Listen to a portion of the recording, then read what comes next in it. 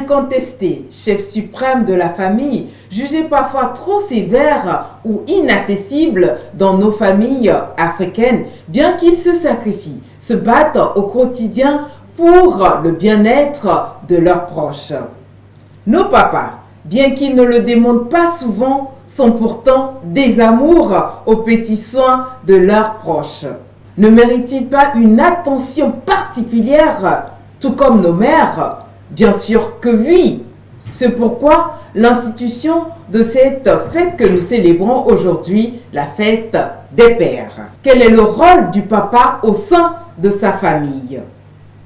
Quels sont ses devoirs? Quelle relation doit-il avoir entre lui, sa conjointe et les enfants? Et comment célébrer cette journée à nos chers papas? Deux papas honorent notre invitation de ce soir, à savoir Monsieur Bedjedom Pago, doctorant en contine intégrale, et Monsieur Lassisi Adé Aremou, gestionnaire, planificateur, administrateur de l'association Femmes, Famille et Développement Durable A2F2D, et une charmante demoiselle, Mademoiselle Julie Kodjo, pour éclairer notre lanterne sur ces questions.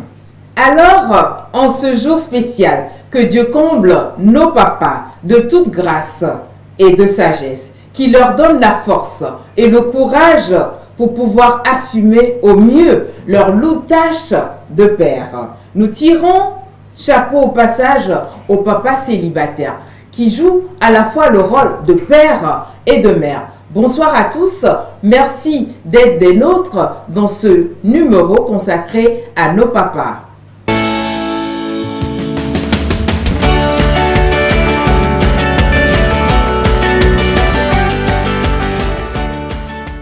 Et voilà, retour en studio et d'entrée de jeu, nous saluons nos papas présents, à savoir Monsieur Aremou et Monsieur Pago.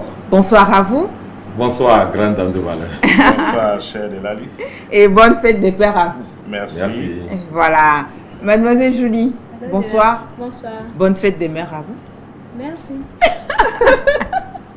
Voilà, d'entrée de jeu, nous sommes là pour célébrer nos papas en cette édition spéciale qui leur est consacrée tout simplement parce qu'aujourd'hui c'est la fête des pères. Généralement, nous les oublions. Mais aujourd'hui, tous les papas qui sont câblés, ceux qui ne sont pas câblés, qui sachent que nous avons une pensée à leur endroit. D'entrée de jeu, Monsieur Pago, dites-nous, d'où nous vient cette célébration-là que nous fêtons aujourd'hui? Avant tout, donnez-moi l'opportunité de saluer nos chers téléspectateurs et téléspectatrices d'être câblés pour nous suivre.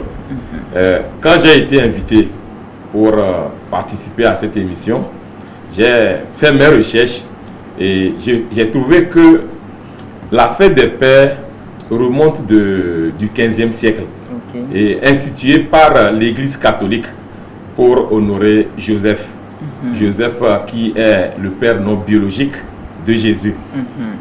Donc ça a continué et c'est au début du 20e siècle, tout précisément en 1905, que une dame américaine, Sonara Smart, a constaté que contrairement aux mères qui étaient célébrées, il n'y avait pas une célébration pour honorer les pères.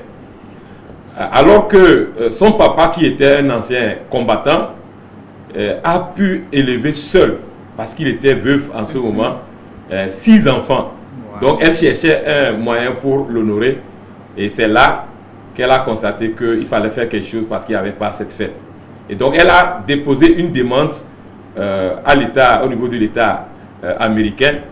Et finalement, c'est en 1972 que ça a été décrété officiellement comme étant fête des pères. Plus loin en France, là, il y avait une dissension entre l'Église et l'État, puisque l'État voulait tout simplement garder la fête en enlevant son caractère religieux. Mais finalement, ils se sont entendus et c'est en 1952 que cette fête a été officialisée. D'accord. Merci beaucoup à vous, Monsieur Pago, pour cette belle introduction. Mademoiselle Julie, la fête des pères, qu'est-ce que cela signifie pour vous? Merci de m'avoir invité. Bonjour à nos chers et très chers téléspectateurs et téléspectatrices. La fête des pères, comme Tata Della l'a dit dans l'introduction, généralement nous oublions la place des pères dans la vie de la famille, dans la vie de nos sociétés. Et donc si aujourd'hui nous avons l'opportunité de porter haut le flambeau des pères, alors je pense qu'il est nécessaire de faire bon usage. Et donc la fête des pères, c'est le moment au fait de dire merci au papa pour tout ce qu'ils font dans la famille. Voilà, c'est le moment de dire merci au papa pour tout ce qu'ils font dans la famille. Monsieur Harim, qui peut être appelé papa? Papa, c'est un homme privilégié. Ce n'est pas un homme vulgaire. D'accord.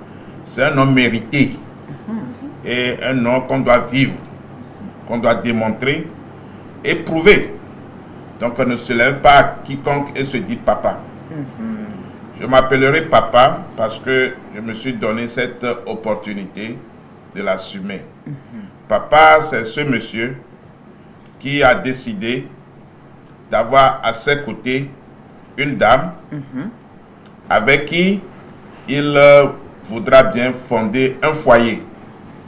Un foyer qui va faire venir d'autres personnes qu'on appelle les enfants. Et ensemble avec eux, ils assument une série de responsabilités partagées. C'est ça. Responsabilité de papa, responsabilité de maman et des enfants. Lorsque cela est ainsi, un monsieur peut donc se dire que je m'appelle papa parce qu'il y a là, en dehors de tous les privilèges que cela vous donne, une série de responsabilités à assumer. Voilà. Donc c'est ceux-là qu'on doit appeler papa. Oui. Maintenant, si je suis géniteur, mais je ne prends pas soin de mon enfant, on m'appelle aussi papa? Oui, c'est des papas démissionnaires. Alors que nous ne voudrions... Mais ils demeurent papa. Ben, c'est surtout qu'ils sont papas. Mais est-ce que c'est ce papa que nous voulons? D'accord. Parce que papa, comme je l'ai dit, ne va pas se lever et se dire papa. Il faut que demain, ou bien en route, on te voit, ou bien tes enfants puissent reconnaître en toi papa. Ta femme peut reconnaître en toi papa. Mais les autres également reconnaissent en toi papa. Mais si tu es papa, on veut t'appeler papa, dit lui là, pardon, il faut le laisser passer. Ce n'est pas... Donc ça ne vaut pas la peine. Parce qu'il y a une dignité là-bas qu'il faut observer. Moi, je travaille sur les questions de famille. Et en la matière, nous avons mis en place une série de concepts pour permettre au foyer de vivre pleinement et entièrement tout le bénéfice qu'un papa doit apporter à une famille. D'accord. Merci beaucoup à vous, Monsieur Harim. Je vais prier la partie technique. Nous ne sommes pas seuls en studio, nous sommes également avec d'autres personnes, mais qui sont hors studio, à qui nous avons tendu notre micro pour avoir leur point de vue sur cette célébration. Donc, nous y allons avec l'interview. Fête des pères, Antoine, qui nous célébrer ça parce que à mes toi. En beveren to benye la buto ba gbe ame ke ne buto a e bu no gare mi abe no mi no cha o le bevero wa mi to a rôle ko jouer na mi ba gbe mi a lolo nto. La fête des pères, ça m'évoque le genre de tout homme qui a un enfant. Donc l'enfant l'appelle papa généralement. C'est le jour où on offre des cadeaux à nos pères parce qu'ils ont fait tant pour nous quoi. On a fait des pères là. Enfin, on a essayé de on a fait des mères. Voilà, n'a qu'une nation. Sinon, ne ole hiande, ne comme même le corps no yi so boa. Era gona be. Zonleke ba ma o bia. No 2 millions évident. No yi ma gbo ma millions aleke mi a millions aro ala do no be o. Oh, plenu ya o, mhiana nu aleke ma plenu, mhiana nu aleke la ba. E to bia ne gbo be. Le ko le za ja la yo be va fie. Emi akole o ya ha o ega obla na gai waleke so ya so onu aleke nene sibe ya me beto no na la ya gbeto ba gbe me won kwa yin ti Et voilà, à peu près nos téléspectateurs qui nous suivent, voilà leurs différentes réactions également sur le sujet. Monsieur Pago, dites-nous, nombreuses sont ces sources-là religieuses qui prônent la suprématie du père. Est-ce vérifié dans le christianisme? Mais bien sûr.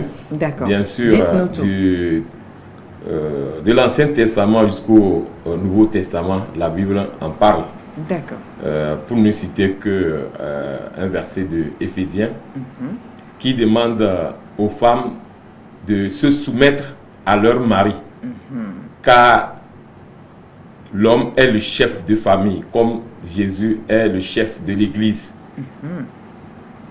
Maintenant, au-delà de ce que la Bible peut dire, peut-être dans le Coran, parce que je n'ai pas eu l'occasion de lire le Coran, quand vous regardez un peu dans la basse-cour, on remarque un coq. Déjà, si on ne vous dit pas que le coq est le chef là-bas, on sait par son comportement. Donc, c'est vrai, la Bible le dit, et je crois que même si la Bible ne l'a pas dit, on le voit. Naturellement, ça se voit, ça se constate. D'accord, merci beaucoup. Monsieur Arimou, sauf erreur de ma part, vous êtes musulman. Ce n'est pas faux. Merci. Je suis El Hadj Aremou Adela Sissi. Donc nous avons bien le El Hadj en temps. Bon, ce n'est pas obligatoire, ce n'est que un titre honorifique quand vous partez à la Mecque, vous revenez. Ok, d'accord. Maintenant, dites-nous, qu'est-ce que la religion musulmane nous dit par rapport à cette suprématie-là du papa au sein de la famille? Et j'ai un peu horreur du mot suprématie. Suprématie, ça veut dire que les autres n'existent pas. Sans vous, pas les autres. C'est pourquoi je voudrais plutôt dire que le père est le chef d'orchestre. D'accord. Il est là pour organiser la famille de manière à en faire une unité de vie qui puisse conduire les membres à devenir quelque chose de même. D'accord. S'il n'y a pas ça, c'est comme à l'école, dans une salle de classe. Tous les élèves et le maître ne sont pas les maîtres. Il n'y a que le maître qui est là pour les élèves. C'est ça. Ce n'est pas qu'en ce temps-là, le maître devient un être suprême sur les élèves, non. Donc, dans la famille, je crois que Dieu a érigé une personnalité qui puisse prendre la commande, organiser les autres, à pouvoir travailler, à pouvoir s'entraider, à pouvoir obtenir, à pouvoir donner, à pouvoir défendre et à pouvoir aboutir à quelque chose pour lequel on est ensemble dans une famille. Donc pour moi, le papa est un maître à jouer et en suprématie, parce que quand tu veux diriger en suprématie, tu vas brimer les autres. C'est ça. Et c'est là où la chose devient plus difficile, alors qu'il ne fallait pas faire cela. Vous savez, chez les musulmans habituellement, vous verrez un papa qui est polygame. Et vous comprenez que s'il n'est pas le maître du jeu, il veut faire la suprématie, ça va l'amener à dérailler, à ne pas bien jouer, à ne pas faire toutes les considérations utiles et nécessaires, et à faire en sorte que les autres échouent. Certains membres de la famille échouent, parce que ne trouvant pas satisfaction dans la conduite du papa, ça va créer des ennuis dans la famille. D'accord. Merci beaucoup, monsieur Arim. Est-ce que je peux revenir? Oui, sans souci, sans souci. Effectivement, je suis d'accord avec monsieur Arimou. Quand on dit chef de famille, bien chef de la femme, et quand je reviens sur le verset que je viens de citer, vers la fin on a dit chef de famille comme Jésus, chef de l'église. Maintenant, il faut comprendre Jésus, chef de l'église, qu'est-ce qu'il a fait? Et quand vous continuez ce passage, vous allez constater que c'est parce qu'il est chef qu'il s'est sacrifié pour l'église. Vous voyez, il a tout donné pour l'Église. Donc, le titre chef, c'est vrai, c'est un privilège. Ça honore, mais c'est accompagné aussi des responsabilités qu'il faut assumer. Donc, un papa qui, peut-être on va en revenir, ne s'occupe pas de ses enfants, n'entretient pas sa femme, ne mérite pas d'être appelé. C'est pas un vrai papa. Il ne peut pas mériter le titre de chef de famille. Mais il est papa. D'accord, merci. Monsieur Raymond. Il faut aussi apprendre à être chef de famille. Et comment on apprend à être chef de famille? On ne se lève pas pour être chef de famille. Okay. Parce que, je dirais pour le garçon, il doit déjà apprendre à devenir homme, à devenir papa. Comme on dit des femmes, on n'est pas femme, mais on devient femme. Parce qu'il y a tout un processus que la jeune fille doit subir, doit suivre et pouvoir devenir demain femme à l'image de sa maman ou bien pouvoir aider la nature ou bien la société. C'est comme ça également pour papa. Pour papa, ça s'apprend. Et ça s'apprend auprès de son papa. Vous n'avez pas... Oui, parce que c'est ça. Vous allez voir souvent certains papas sont à l'image de leur papa parce que quand ils étaient enfants, le papa sévissait comme ça, le papa faisait comme ça, le papa parlait comme ça, le papa ordonnait comme ça, le papa tapait comme ça. Et quand moi aussi je serai papa, je vais donc répéter la même chose. C'est là le danger. Donc, c'est vrai que quand tu vas apprendre tout ça de ton papa, toi-même, de ce que tu sais faire, ce que la nature t'apprend, ce que la nature t'offre, tu verras.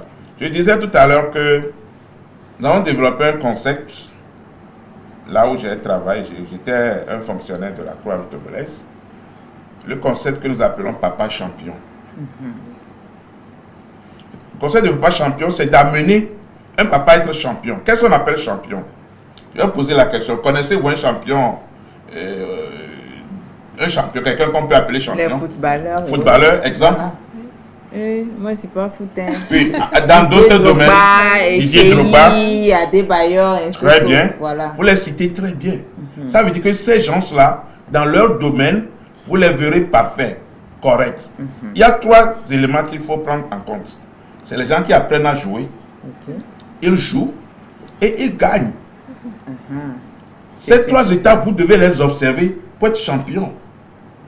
Ce qui fait que pour un papa qui s'est engagé à être papa, avec il a un devoir, il faut que ce papa apprenne à être papa, jouer papa et gagner papa. Parce que gagner, ça veut dire que tu donnes satisfaction aux autres membres de la famille. Tout à fait. Et nous avons pu établir une série de critères qui vous amènent à être papa. Et si vous les observez, naturellement, vous allez devenir papa champion sans même savoir que vous êtes papa champion. D'accord. On reviendra dessus. Merci beaucoup. Monsieur Fago, vous êtes papa? Je suis papa. D'accord. Pour la première fois, vous avez rêvé de quel sexe?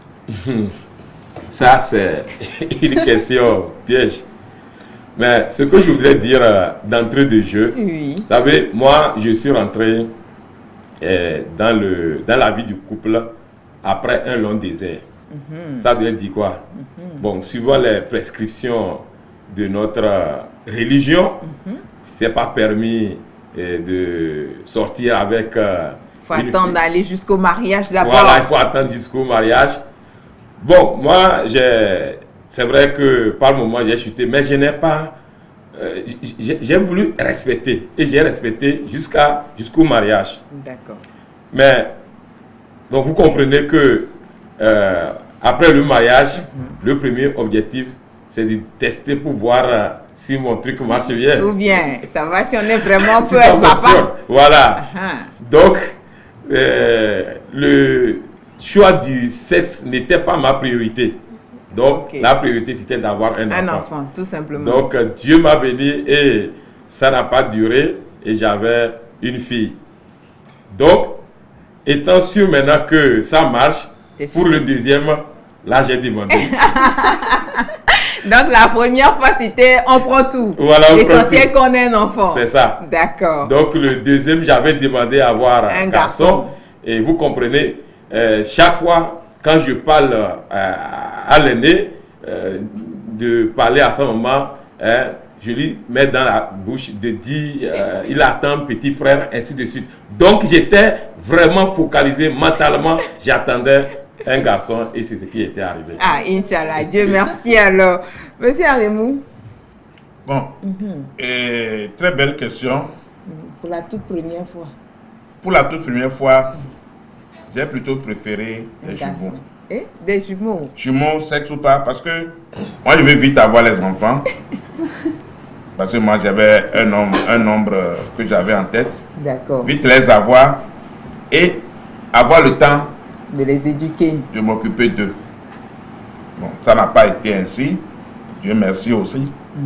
Ma première fille est donc fille. C'était pas jumelle? Non, non, pas du tout. Je ne l'ai pas eu jusqu'à aujourd'hui. Je crois que je ne vais plus faire l'aventure d'en rechercher. Et après un garçon, après une fille.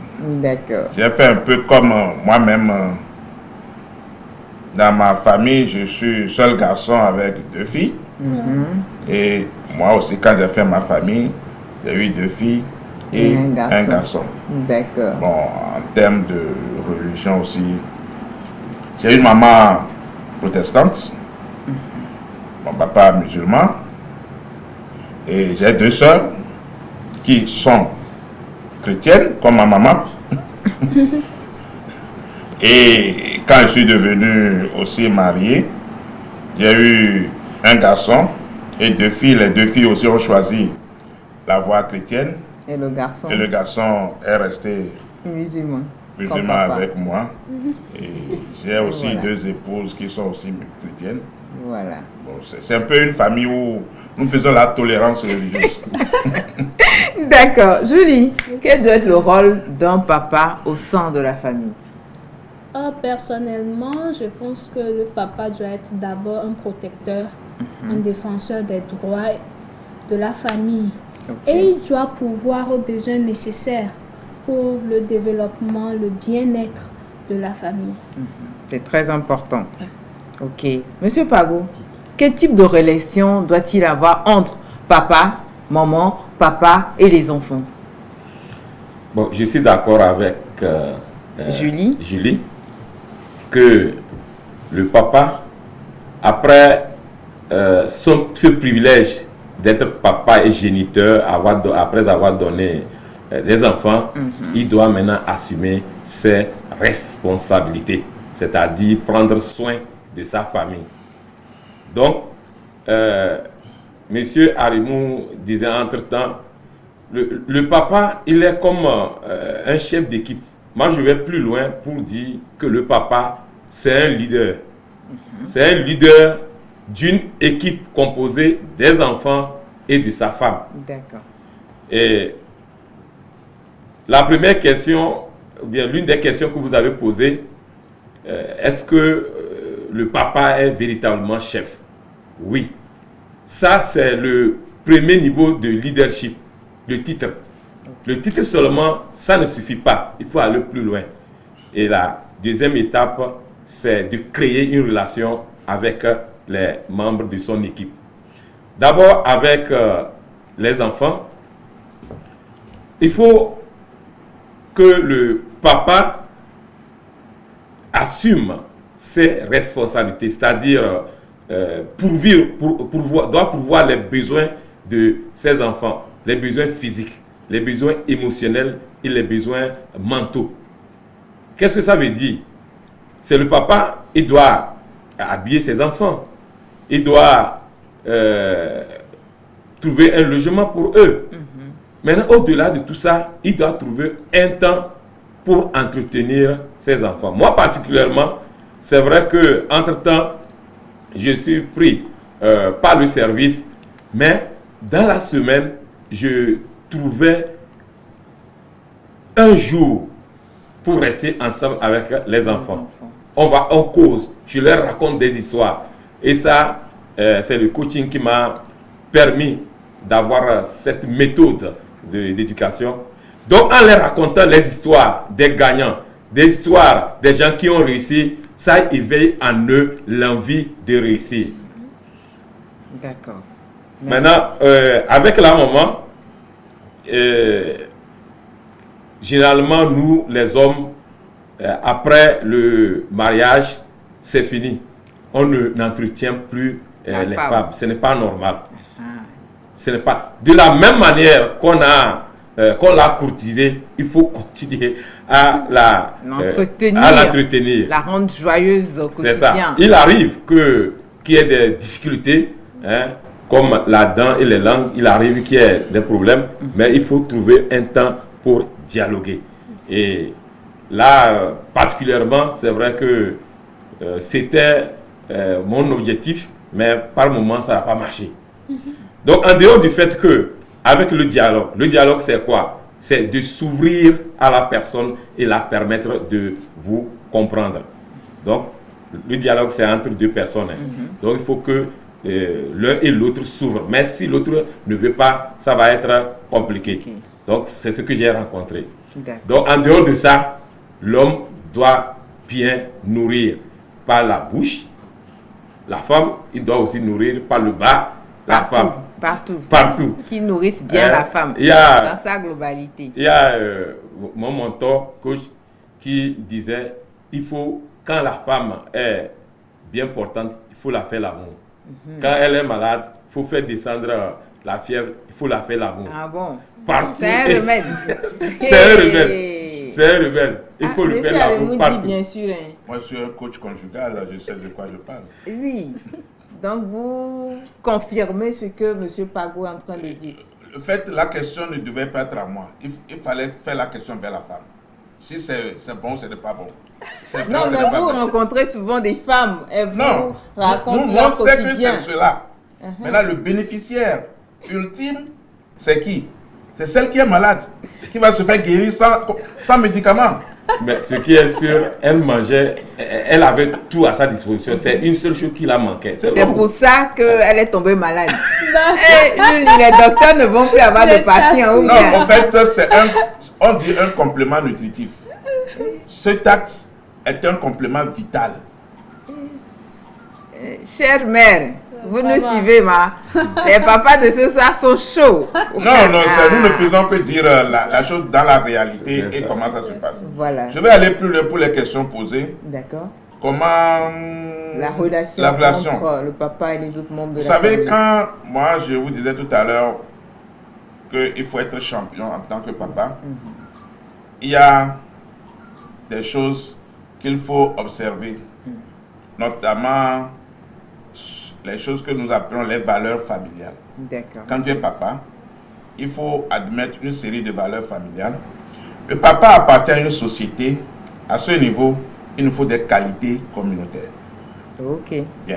Et donc, on aura le temps de faire une émission entièrement là-dessus. Bon, donc, dans ces valeurs familiales, nous avons identifié 5 fondamentalement, sur lesquelles il faut reconnaître être mari. Ça veut dire que tu es allé chercher femme. Tu as fait les procédures. Tu n'as pas acheté bière à une dame qui, le lendemain, est venue tomber chez toi. Ça, ce n'est pas mari pour être papa. Il faut faire les procédures. Tu viens d'une famille, tu viens d'une ethnie, tu viens d'un pays. Il y a des manières de faire pour avoir une femme chez toi. Tu as une femme chez toi, les parents de la femme doivent savoir que la femme là est chez toi. Et quand il y a problème, tu peux te rendre chez les parents et discuter. Là, c'est responsabilité première d'un papa. Donc, tu as pris la femme de manière officielle. Et de manière légale aussi. D'accord. Il y a aussi que quand tu deviens papa, tu essaies d'être papa, il faut savoir que est-ce que tu peux offrir à la femme tout son désir qui l'a amené à venir rester chez toi. Si tu ne fonctionnes pas bien, va chercher à l'hôpital. Voilà. Amène la femme, vous faites les recherches ensemble au niveau médical et ailleurs. Les traitements. Afin que vous puissiez jouir pleinement de cet engagement que vous prenez à être ensemble. D'accord. Cet aspect-là, il faut t'accepter. Ça, c'est le premier élément de la valeur familiale. D'accord. Une autre valeur, c'est, les amis l'ont dit, assumer le manger de la femme. Assumer le manger, ce n'est pas bourrer la femme de manger. Il nous faut faire tout ce qui est nutritif. Les 3 catégories de repas, de nourriture. Le minimum possible par jour. Pas le minimum. Il y a 3 catégories d'aliments que nous mangeons habituellement. On nous a enseigné ça, les coques, les lipides, les protéines, tout ça. Il nous faut retrouver ça dans les aliments. D'accord. Troisième chose, la question de santé. C'est ça. Il ne suffit pas seulement d'aller au niveau de l'hôpital, etc. C'est important. Où se trouve le carnet de santé de l'enfant? Où se trouve le carnet de santé de la maman? En cas de question, on peut prendre et on va aller. C'est ça. Nous avons des plantes nutritionnelles avec nous. Il faut qu'on sache l'utiliser. Je donne un exemple banal de moringa. C'est ça. Avoir un plant de moringa à la maison, vous ne perdez rien là. Rien. Et aujourd'hui, il y en a tellement trop avec la venue de la Covid. Les gens ont sorti encore plein de choses. Les plantes nous aident à nous porter en bonne santé. Ça aussi fait. Il faut protéger la dame. Faire en sorte que vous ne partagez pas toutes les pratiques culturelles dégradantes de la femme. Vous n'allez pas offrir votre enfant à 12 ans au mariage. Vous n'allez pas participer à des cérémonies qui dégradent la femme. Vous devez vivre, veiller à ce que votre femme ne subisse pas tout ça, et même votre enfant. Okay. Et pour finir, vous êtes papa champion, ne restez pas conservateur. Partagez ça avec d'autres pour qu'ils soient aussi papa champion à vos côtés. Bon, ça c'est tout juste des petits concepts que nous développons. Maintenant, pour aller plus loin, il faut que en famille, les enfants soient des amis de papa et de maman. Il faut que les enfants soient des amis et non des enfants de papa et maman. Parce que quand c'est enfant, il y a barrière. Il y a des choses que les enfants ne vous diront jamais. Mais quand tu prends ton enfant comme ami, l'enfant aussi te prend comme ami, ce qu'il va dire à ses amis dans la rue, c'est à toi qu'il viendra le dire et tu pourras mieux le conseiller. Parce que nous faisons toujours comprendre aux enfants que dans ce monde, l'unique et meilleure personne qui puisse t'aimer le mieux, si ce ne soit pas tes parents, il n'y en a pas d'autres. C'est ça. Donc dans ces conditions, vous faites réussir à l'enfant beaucoup de choses. Mais comment amener à être ami aux enfants et que les enfants soient amis à vous? Ça aussi, c'est un petit apprentissage. Ah oui, c'est un autre débat. Qu'on peut offrir aux téléspectateurs plus tard. Merci. Julie, le dialogue entre papa et les enfants est-il nécessaire? C'est très important. Pourquoi? C'est très important parce que l'enfant a besoin d'une oreille pour l'écouter. Ok. Et généralement en Afrique, je pense que nous ne sommes pas encore totalement arrivés à ce stade où les parents sont des amis, sont les premiers amis de leurs enfants. Et ça cause beaucoup de problèmes.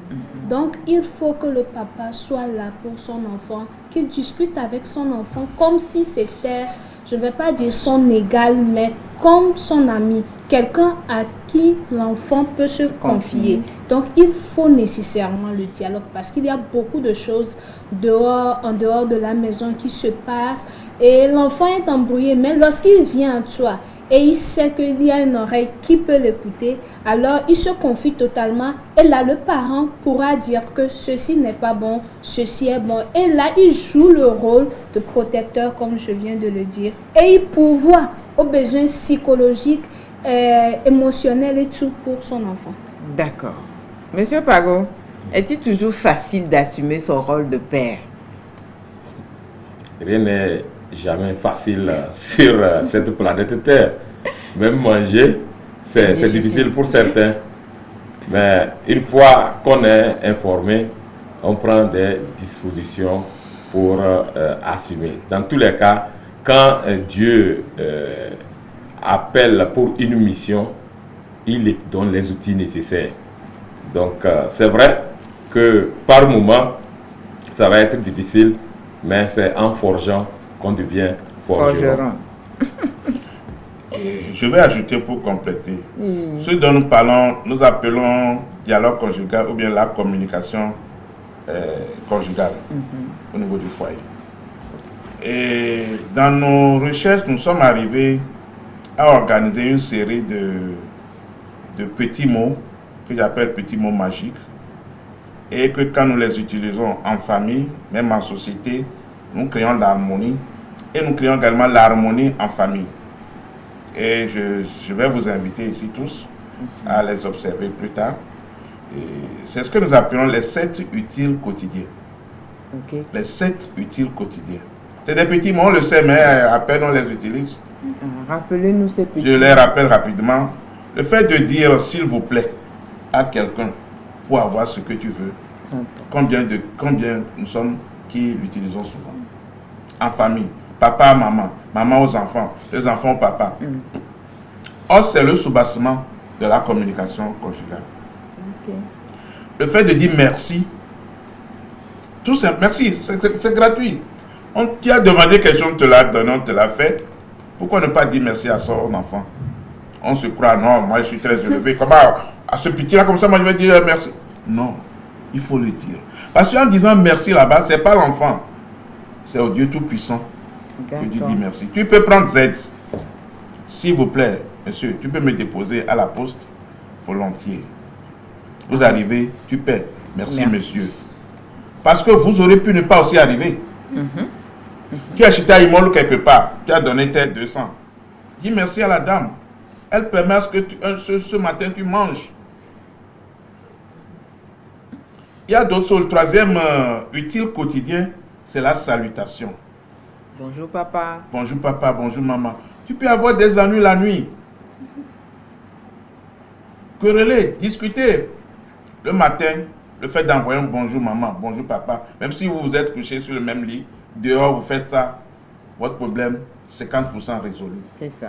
Les gens ne savent même pas faire ça. Quatrième utile, ça, ce que nous appelons le souhait de bonne arrivée. Quelqu'un arrive à la maison, il faut lui dire bonne arrivée. Il a raison. Il a raison. Si le matin, vous avez eu des ennuis, vous êtes chamaillé, discuté, tel, et vous êtes parti comme ça, au retour là, celui qui est là-bas, là, à la maison dit, tanti raison, maman raison, l'écho assez amélioré. Les gens sont tellement, je ne sais pas, il arrive, il voit que quelqu'un ici, je dois saluer, on change de direction.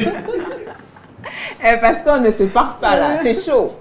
Alors que c'est un petit pas, vous avez tout réglé. Et c'est gratuit. C'est ça. C'est gratuit. Ok. Donc vous faites ça, vous arrivez, vous parlez, le marché, ça s'est bien passé. Même les enfants aussi, comme ça. Vous arrivez, vous trouvez papa à la maison, il faut aller ça. Toi, papa, tu accueilles les enfants d'abord. La maman, vous les accueillez. Viens au boire. Le co, mieux virer les schools là. Nous confions bien boire. Tout ça là, l'enfant se sent appartenir à quelque chose, à une famille conviviale.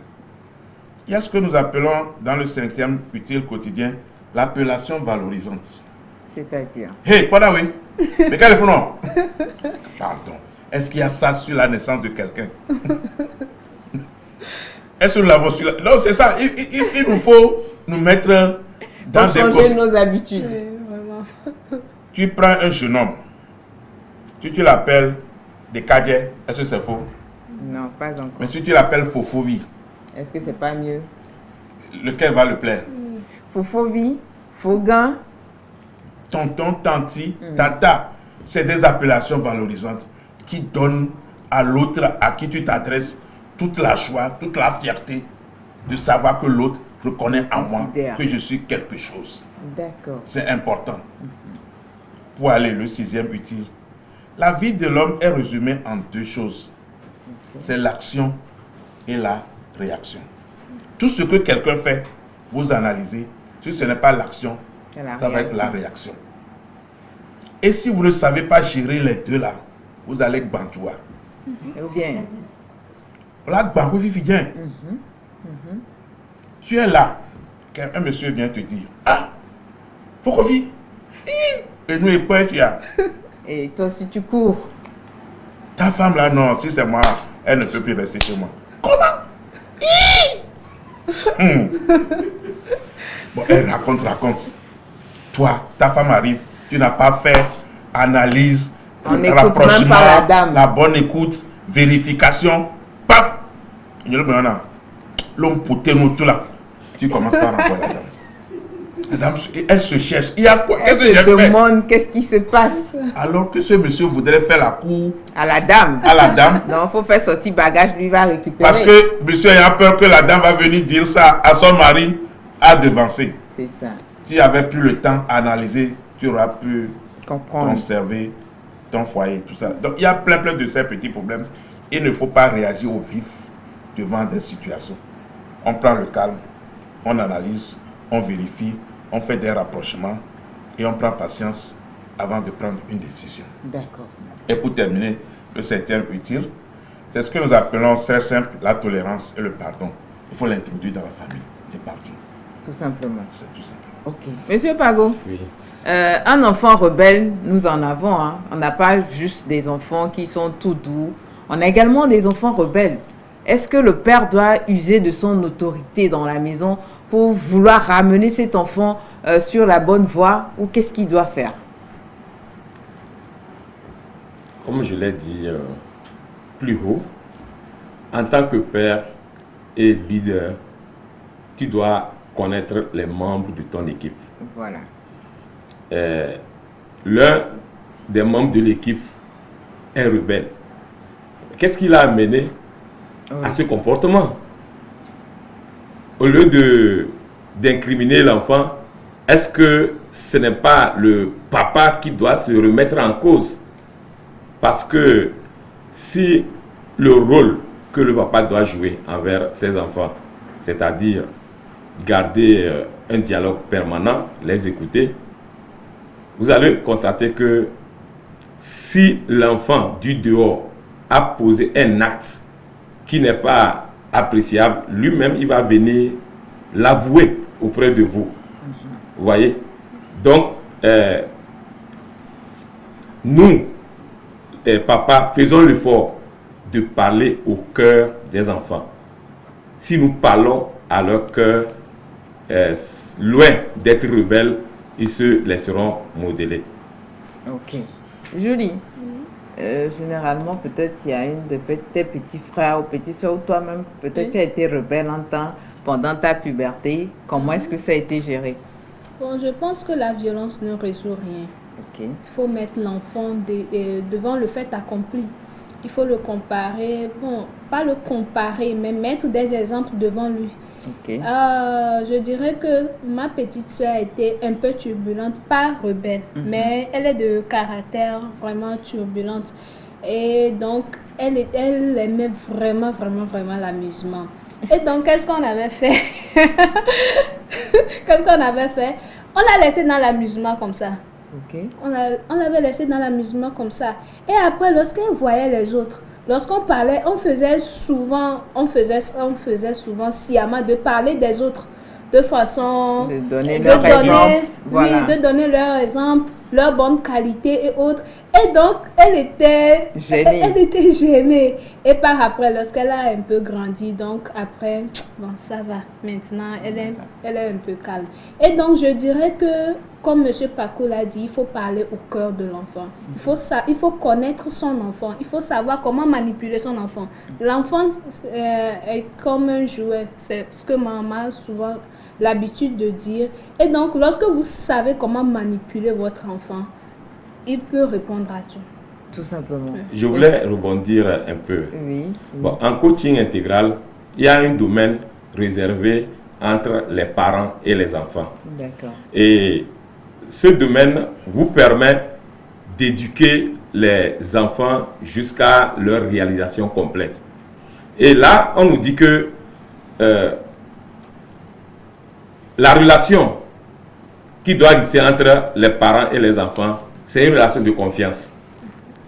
Les enfants ne sont pas bons parce que ils veulent être bons. Les enfants ne réussissent pas parce qu'ils veulent réussir. Mais les enfants réussissent parce que vous, parents, vous les regardez comme réussite.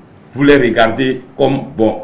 Il y a une dame qui était affectée dans un établissement. Et pendant qu'elle était dans sa classe, elle entend le bruit dans le couloir. Elle sort. Qu'est-ce qu'elle constate? C'est les enfants qui étaient en train de s'amuser. Et elle leur demande, mais qu'est-ce que vous faites comme ça? Et les enfants disent, madame, ne vous occupez même pas de nous. Nous, là, nous sommes des tarés. Et c'est ce que les gens nous disent, on est des tarés. Et la maîtresse dit, ah, ce que vous dites là, c'est grave. Les gens peuvent vous dire, vous êtes des tarés. Mais vous-même, vous dites, vous êtes tarés, c'est pas normal. Et depuis ce jour, la dame là, d'abord, était un exemple parce qu'elle a rencontré des situations difficiles et malgré ça, elle a réussi. Donc, elle a donné son exemple et finalement, les enfants ont réussi brillamment. Donc, il y a ce comportement-là que nous, parents, nous faisons souvent. On donne des qualificatifs à des enfants. Tu es paresseux, tu es fainéant, tu ne vaux rien. Les recherches ont montré qu'aux États-Unis, plus de 90% des enfants qui sont en prison ont entendu une fois dit par leurs parents, tu iras un jour en prison. Et finalement, ils sont allés. Ils sont allés. C'est un peu comme donc, c'est ce que nous disons sur nos enfants qui va se réaliser. Même si aujourd'hui, l'enfant a le voix, apparemment il est rebelle. Vous, dans votre tête, vous ne le considérez pas comme rebelle. Vous lui dites, dans tous les cas, tu n'as pas de choix. Tu vas réussir. Tu vas faire mon bonheur. Et c'est comme ça, l'enfant sera modélé et il finira par réussir. D'accord. Merci. Monsieur Arémon, quelque chose à ajouter? Ça veut dire que ça arrive d'être long, mais je vais dire tout court que avoir des enfants rebelles, au fait, c'est encore une négation que moi, je n'aime pas utiliser. Qu'est-ce qu'on doit dire? Il n'y a pas d'enfant rebelle. Il y a seulement enfant qui ne vous suit pas. D'accord. C'est ça la considération et la définition qu'il faut faire. Parce que quand vous commencez par appeler un enfant rebelle, vous l'ancrez dans cette situation-là. Et vous irez chercher des éléments non utiles pour venir le guérir. Vous perdez du temps. Recevez votre enfant dans son état-là, mais il n'est pas rebelle. C'est un enfant qui est différent de ce que vous voulez qu'il soit. Merci. Pris comme ça, vous avez d'autres remèdes à utiliser en sa faveur pour qu'il soit ce que vous voulez.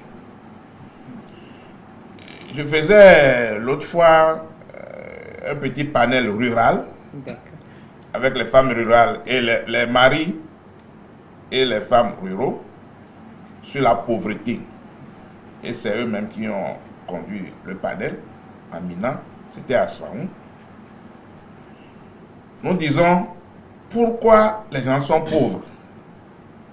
Moi, je leur dis que moi, je ne serai pas pauvre. Parce que je ne suis pas né pauvre et je ne deviendrai pas pauvre. On choisit de devenir pauvre. Moi là, je ne choisirai pas de devenir pauvre. Les gens au village ont tellement utilisé le mot pauvreté que c'est ancré dans leur tête et oreilles, organismes, sans que eux là, s'ils ne sont pas pauvres, ils ne sont pas des personnes. Ils n'existent pas. On est allé leur exorciser ça de la tête. De ne plus utiliser le mot là dans leur langage, dans leur causerie, dans leur village. Il est possible. On dit Amérique Wameno. Nia, on dit Nia Wameno. Ça c'est clairement, je suis un Yoruba. Je le précise, je ne l'avais pas dit peut-être auparavant. Je ne suis pas pauvre. Je ne serai pas pauvre. Mais je n'ai pas dit que je serai un très riche.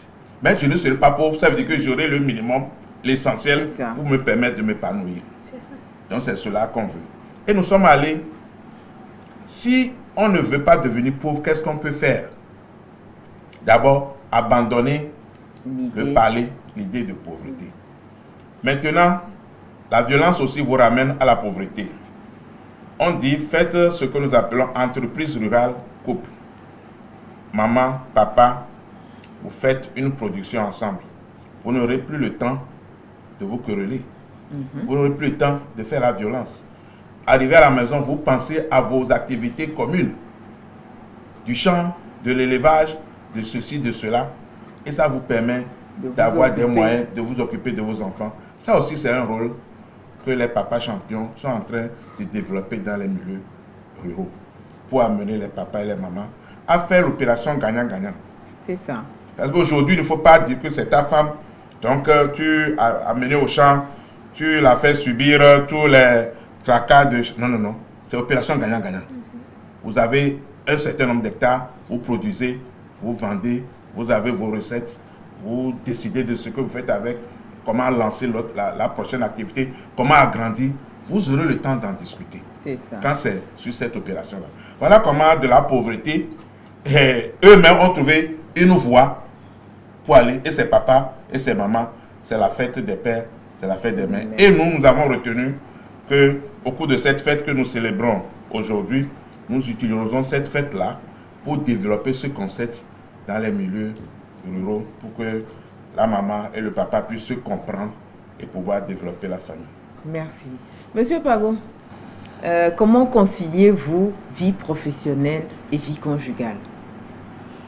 Bon, c'est une question pertinente parce que nous avons dit plus haut, il faut assumer son devoir de papa. Donc il faut travailler et ensuite il faut s'occuper de la famille. Mais la parole de Dieu dit, il y a un temps pour chaque chose. En d'autres termes, il y a un temps pour travailler et il y a un temps aussi pour s'occuper de la famille. Donc, ce n'est pas en termes de combien d'heures passées par la famille, avec la famille ou bien avec les enfants qui est important. C'est la qualité de temps que tu vas prendre avec les membres de la famille. Comme je l'ai dit plus haut, souvent mon service fait que je suis tout le temps au boulot. Mais dès que je trouve un peu de temps, je écoute mes enfants, on échange. Même si je ne suis pas venu, je fais un appel téléphonique et je les rassure. Vous voyez?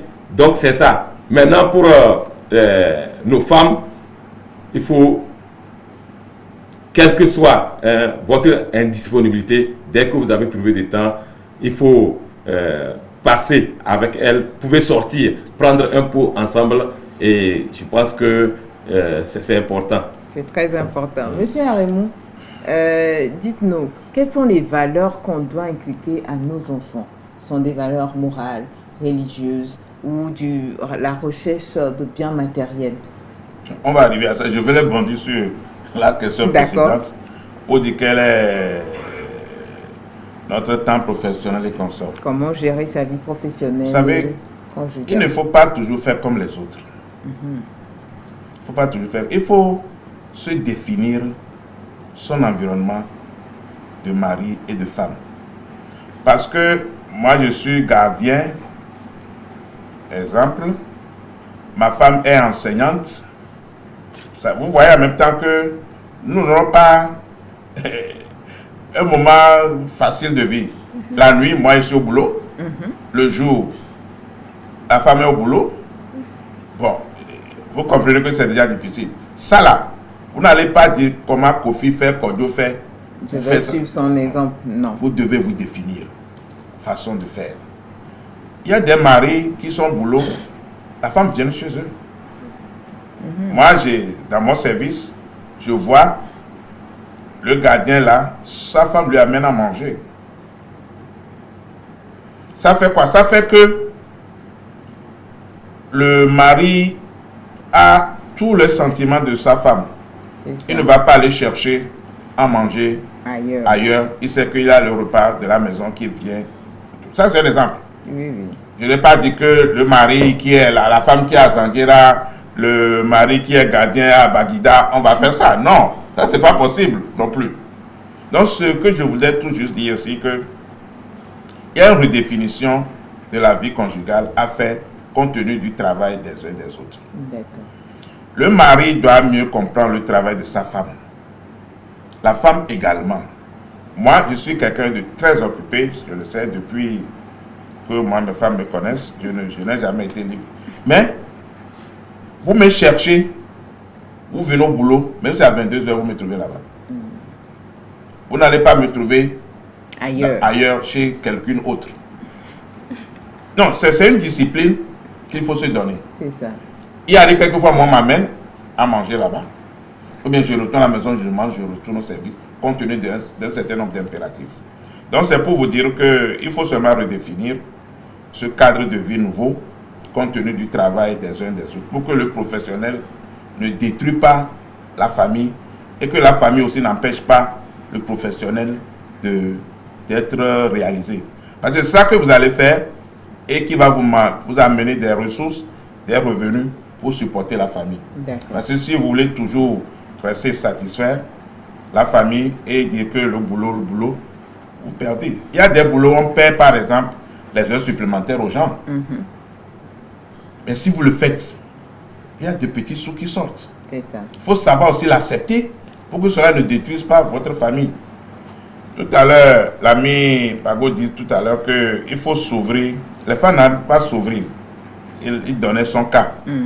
Bon, j'ai dit que c'est vrai. Je ne voudrais pas. Moi, j'ai un principe, je n'accuse pas. Je dis seulement que on n'a pas toujours bien assumé ce qu'il faut faire. C'est pourquoi il y a un problème. On n'a pas bien assumé. D'accord. Et tu m'as aussi ajouté une question tout à l'heure. Les valeurs qu'on doit inculquer à nos enfants. Les valeurs aux enfants, c'est les valeurs de dignité d'abord. D'accord. Pour moi, quelle que soit la religion. Les enfants doivent savoir qu'ils sont une représentation d'une famille, dès le bas âge. Partout où ils seront, c'est cette représentation qu'il faut faire valoir.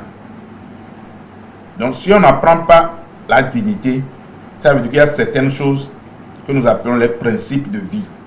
Okay. Vous devez avoir des principes de vie sur lesquels vous ne tranchez pas. Quelqu'un ne vient vous détourner de ces principes. Ces principes vous amènent à avoir des visions de la vie. Et la vision de la vie, le papa le partage très tôt avec les enfants.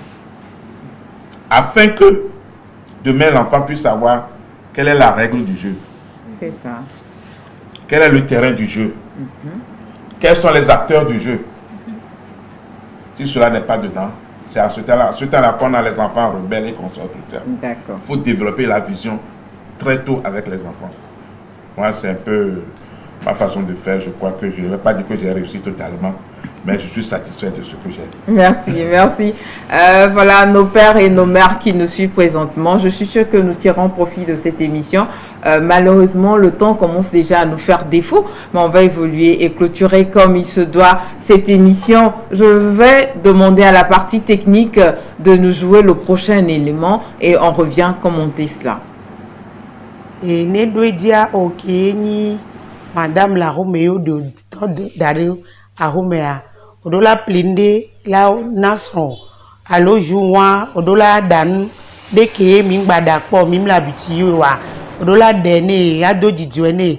Et où nene on l'a été invité mille restaurant de mia adon dudude ke jonajinia et ola sovane. Après on a mis au vania te ba afike mila ye mi pour la été invité be piscine ou avec les piscines que m'gasagame millénaire. Ne o du fait des pères oui ambona kaduna to quoi. Bon, on a fait des pères parce que je suis un homme marié de son divi vino school les bois dit sont les bonniers donc c'est be ndima globena mi bem de son c'est vers les parents bois lover les afibu les into boy into les pour les vieux les school donc matik globena mériting ko yan père donc a fait des pères into de ko yin. Fia no be fait des peines to cha o mnyana to cha bazan lo nyan to cha mi mnyana bazan parce que stress a e uga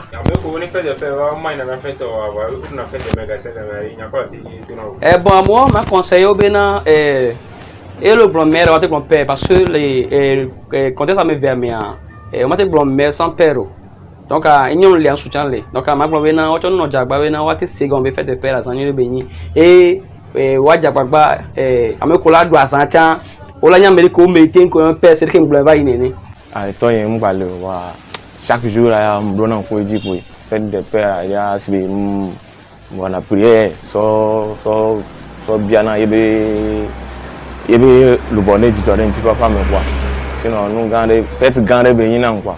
D'autres leurs pères ne sont pas avec eux probablement, d'autres leur père l'a laissé, d'autres leur père s'est marié avec plusieurs femmes.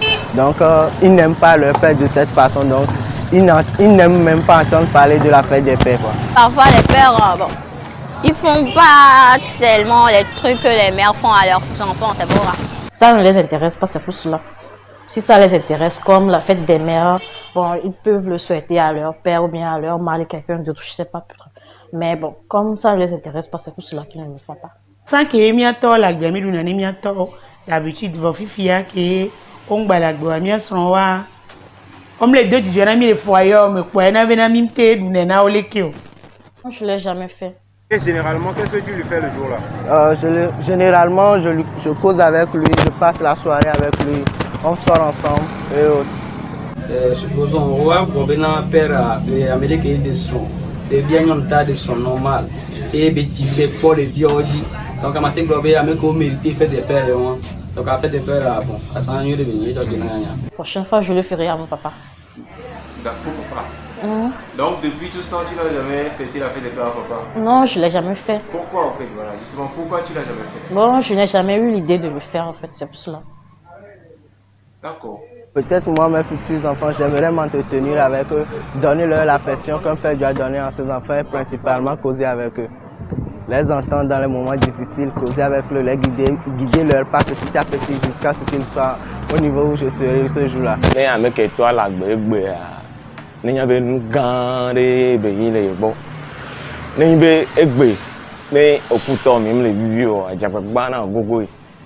Parce que vu que voilà ni ya la to la yin ba dia odo la to oji e odo la to donc ame ko to la gbegbe no jagbagba egbe ben keke no so réconciliation ko to sube esome ba yon lo. Et voilà, c'était la réaction de nos téléspectateurs, histoire de savoir pourquoi on oublie souvent cette fête des pères et comment est-ce qu'on doit célébrer cela à nos papas. Monsieur Pago, aujourd'hui, c'est votre jour, c'est votre day. Aujourd'hui, comme on le dit souvent chez les anglophones, comment est-ce que vous aimeriez qu'on vous célèbre cela? Dites-nous. Vous savez, le papa, quand bien même on l'appelle chef, on l'appelle le leader, c'est aussi un grand bébé. Hein.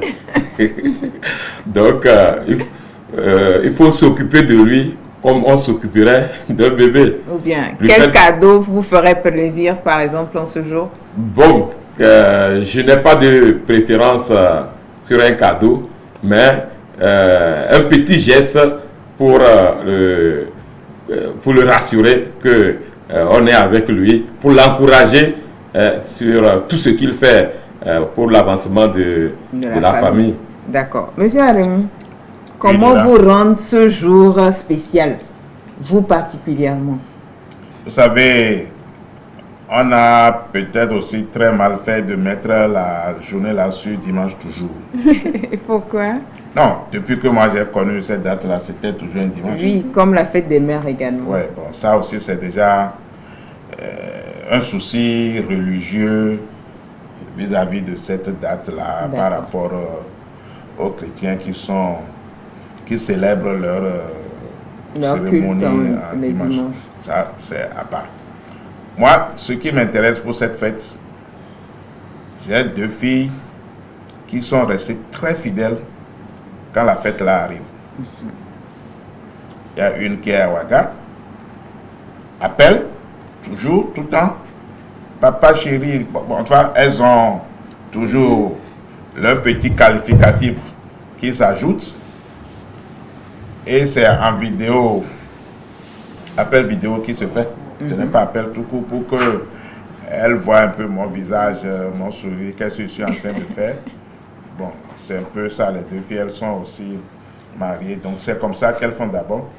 Et le mal, c'est que je ne suis pas très clair à la maison où on dit on va débarquer, on va me trouver. Mais déjà avec ça, un matin, on t'appelle avec tous ces sourires, c'est déjà beaucoup de choses. Maintenant pour la femme. Bon, singulièrement, elles sont très attentives ce jour-là. Mais elles ne sont pas que le dimanche là. Bien avant dimanche, les préparatifs de me faire savoir que il y a une fête qui s'annonce et en blague pour me dire que Fogan et Wodia y cuisine alors. Fogan et nous qui la doigt et Welo. Fogan Wodia y asiamelo.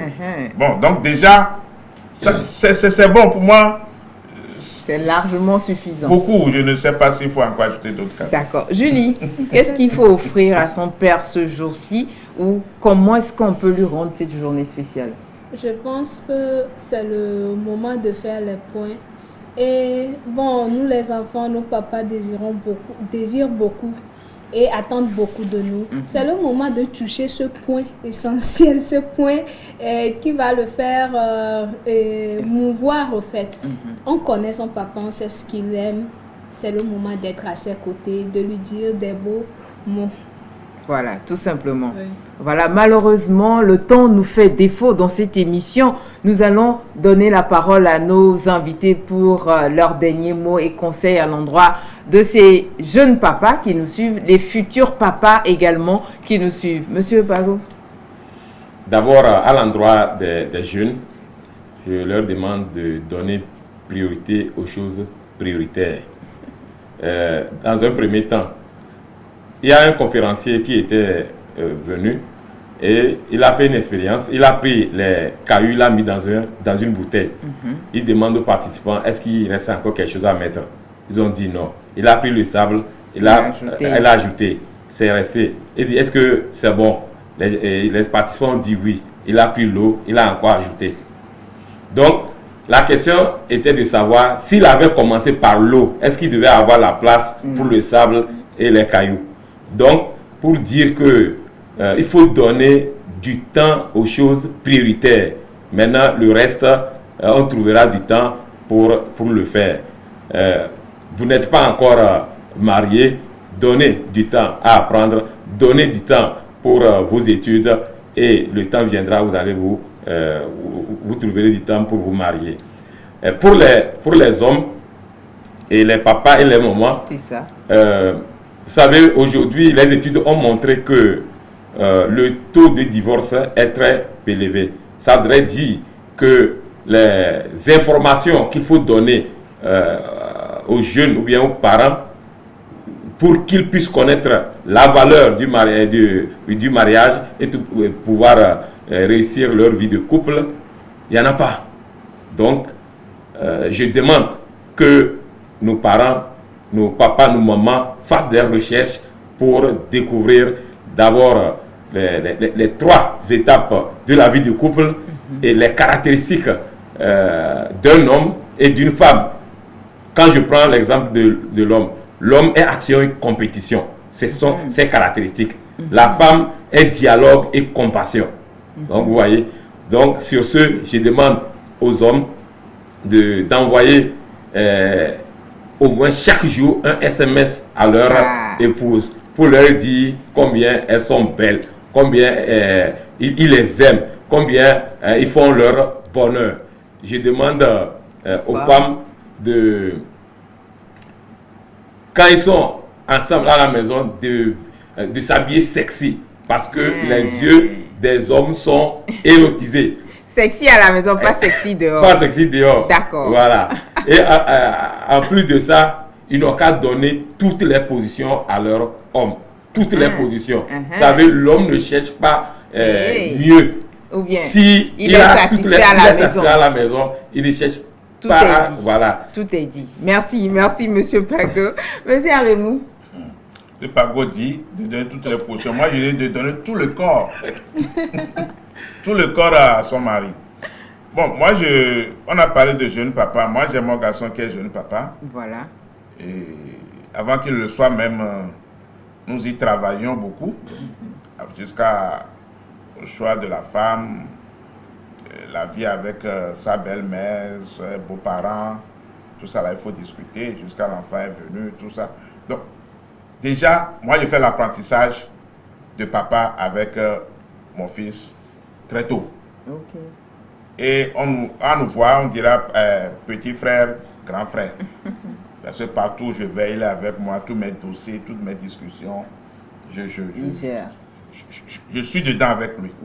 Je le mets en confiance et il trouve en moi quand même un papa de confiance. Et en lui, moi aussi, je trouve un jeune papa d'avenir. Parce que c'est ça qui est important. Si nous, un jour, on n'est plus là, il faut qu'on s'assure que ceux qui nous représentent puissent valablement assumer demain cette place que nous laissons. C'est pour cela que moi, je m'occupe beaucoup de lui. Et ce n'est pas facile, peut-être ils ne sont pas nombreux, que c'est comme ça pour moi. Ailleurs où les gens ont Y enfants et papa, et avec ceux qui sont très diplômés, ceux qui sont moins diplômés, tout ça là. Bon, pour moi, comme eux tous sont, entre guillemets, très universitaires, donc au moins on s'entend sur ça et il n'y a pas de souci. Je préfère me parler de moi que d'évoquer d'autres situations qui vont être vulgaires. D'accord, merci. Julie, ton mot de fin. J'aimerais dire merci à nos chers téléspectateurs, téléspectatrices. Merci à vous, Tata Dea. Merci à nos chers pères qui nous ont entourés ici. Mais à nos jeunes hommes, j'aimerais dire il faut s'asseoir d'abord avant de se coucher. C'est-à-dire qu'il faut d'abord s'asseoir financièrement et mentalement, moralement avant de pouvoir se coucher, c'est-à-dire avant de pouvoir envisager avoir des enfants. Et donc, lorsque vous êtes préparé, comme nos pères l'ont dit, vous pourrez mieux assumer ce jour. Et dans l'avenir, vous pouvez mieux jouir de ce jour. Et à nos papas, j'aimerais juste dire qu'ils nous donnent plus de temps, plus d'affection. Merci. Plus de temps, plus d'affection. Faisons place au tag. C'est vrai, le temps est parti, mais veuillez bien nous excuser par rapport à la fête des pères. Ils sont à l'honneur tout simplement. Donc, c'est pourquoi ce léger temps en plus. Monsieur Pago, il y a une partie dans cette émission que nous nommons le tag. Nous sommes arrivés à cette partie-là. Que représente la femme pour vous? La femme, c'est ma moitié. Tout simplement, c'est votre moitié. Julie, êtes-vous prêt à remplacer vos diplômes par 80 millions de dollars? Tata, pourquoi cette question? Autre question. Non, c'est le tag. C'est le tag, c'est oui ou c'est non? Non. Non. Non. Ah, mais tu as réfléchi longtemps avant de dire non, hein, Julie. Ok.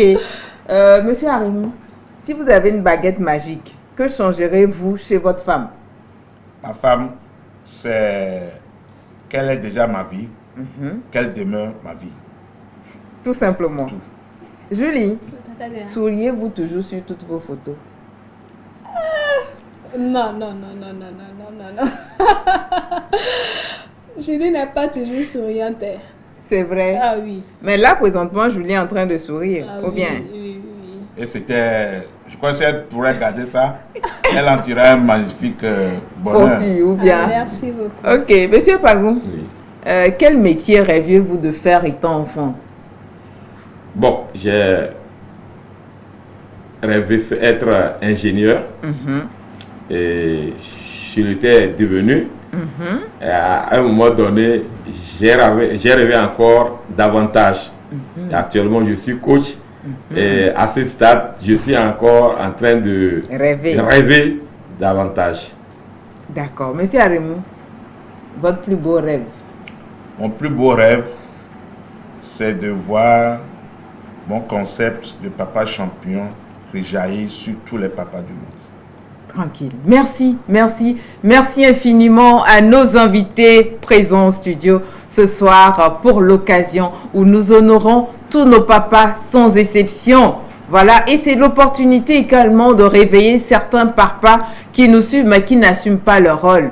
Il n'est jamais trop tard. On peut toujours revenir à de bonnes manières et faire ce qui se doit, tout simplement. Merci à vous, Monsieur Pago. Merci Julie. Merci à vous, Monsieur Harimou. Merci infiniment d'avoir répondu à notre appel ce soir. Merci surtout à vous, fidèles téléspectateurs. Aujourd'hui, l'émission est un peu plus long que d'habitude. Veuillez nous excuser. C'est la fête des pères qui oblige. Généralement, nous les oublions. Donc aujourd'hui, on a voulu leur faire plaisir, tout simplement. Merci à vous, fidèles téléspectateurs, et à la prochaine.